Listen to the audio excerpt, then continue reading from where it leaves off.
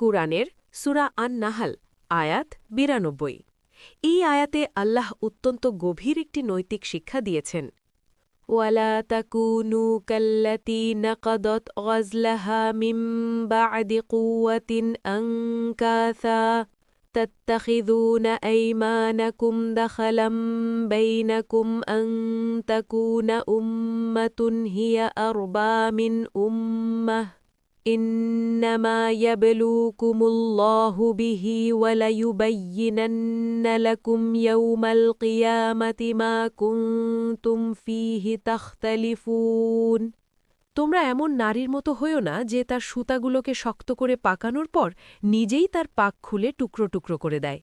তোমরা তোমাদের শপথগুলোকে পারস্পরিক ব্যাপারে ধোঁকা প্রতারণার হাতিয়ার হিসেবে ব্যবহার করো, যেন একদল আরেক দল অপেক্ষা বেশি ফায়দা লাভ করতে পারে। আল্লাহ কেবল এর দ্বারা তোমাদেরকে পরীক্ষা করেন। আল্লাহ কিয়ামতের দিন অবশ্যই স্পষ্ট করে দিবেন যে বিষয়ে তোমরা মতভেদ করতে। আয়াতের ব্যাখ্যা সহজভাবে। আল্লাহ তাআলা এখানে একটি উপমা দিয়েছেন। এমন এক নারীর কথা বলা হয়েছে যে অনেক কষ্ট করে সুতা শক্তভাবে পাকাল, তারপর নিজেই সেই সুতা খুলে নষ্ট করে ফেলল। এর মাধ্যমে কি বোঝানো হয়েছে?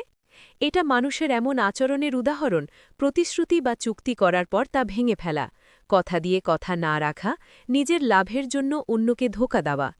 মূল শিক্ষা: ওয়াদা বা অঙ্গীকার ভঙ্গ করা নিষিদ্ধ। ইসলামে প্রতিশ্রুতি রাখা অত্যন্ত গুরুত্বপূর্ণ। ধোঁকা ও প্রতারণা হারাম। নিজের সুবিধার জন্য শপথ বা অঙ্গীকার ব্যবহার করা গুরুতর অন্যায়। সংখ্যা বা শক্তির লোভে ন্যায় ত্যাগ করা যাবে না। আয়াতে বলা হয়েছে, একদল বেশি শক্তিশালী বা লাভজনক হলে তার দিকে ঝুঁকে পড়া ঠিক নয়। এগুলো আল্লাহর পরীক্ষা। মানুষকে পরীক্ষা করা হচ্ছে সে সত্যবাদী থাকে কিনা। কিয়ামতের দিন সব স্পষ্ট হবে। যেসব বিষয়ে মানুষ মতভেদ করে, আল্লাহ সব পরিষ্কার করে দেবেন। বাস্তব জীবনের প্রয়োগ: ব্যবসা, সম্পর্ক, বন্ধুত্ব সব জায়গায় বিশ্বাসযোগ্য হওয়া। চুক্তি করলে তা পালন করা।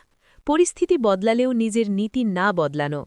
সংক্ষেপে, এই আয়াত আমাদের শেখায়, নিজের করা ভালো কাজ, প্রতিশ্রুতি বা ঈমানকে নিজের হাতেই নষ্ট করো না।